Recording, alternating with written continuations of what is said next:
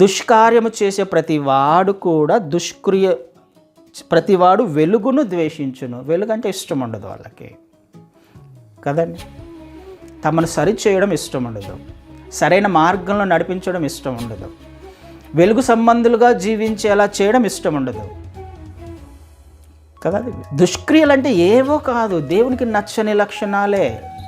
అది ఏదో కాదు, ప్రేమించలేని తనమే, క్షమించలేని తనమే, సోమరితనమే కదా. దేవునికి నచ్చని లక్షణాలు, మనలో ఉన్న లక్షణాలన్నీ ఆయనకు నచ్చవు. మనిషిగా మనం జీవిస్తున్నప్పుడు ఉన్న లక్షణాలు దేవునికి నచ్చనివే కదా. మన ఆలోచనలు దుష్క్రియలుగా ఉంటాయి, దుష్కార్యములుగా ఉంటాయి.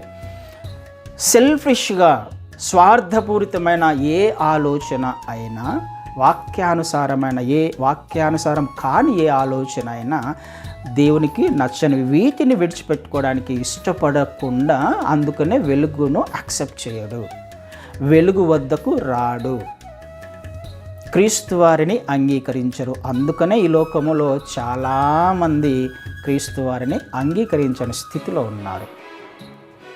ఆయనని ఎందుకు ద్వేషిస్తున్నారు అని అంటే, తమలో ఉన్న కార్యాలు చెడ్డవి కాబట్టి, తమలో ఉన్నవి దుష్కార్యములు కాబట్టి. ఆ వెలుగు వచ్చినప్పుడు తమేంటో బయలుపరచబడుతుంది కదా.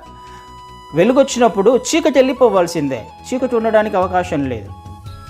ఆయన ఆత్మ మనలోకి వచ్చినప్పుడు మనలో ఉన్న చెడ్డ లక్షణాలన్నీ బయటికి పోవాల్సిందే, అవకాశం లేదు. ఆయన అట్లయితేనే ఉంటాడు కదా. వెలుగు వచ్చినప్పుడు చీకటి ఉండే అవకాశమే లేదు. ఆయన వచ్చినప్పుడు కూడా మన జీవితాలలో ఆయనకు నచ్చని లక్షణాలు ఉండకూడదు. ఆ లక్షణాలను తీసివేసుకోవడం ఇష్టం లేక క్రీస్తు వారిని అంగీకరించట్లా, క్రీస్తు వారిని ఒప్పుకోవట్లా. ఈ లోకం ఆయనను ద్వేషిస్తుంది.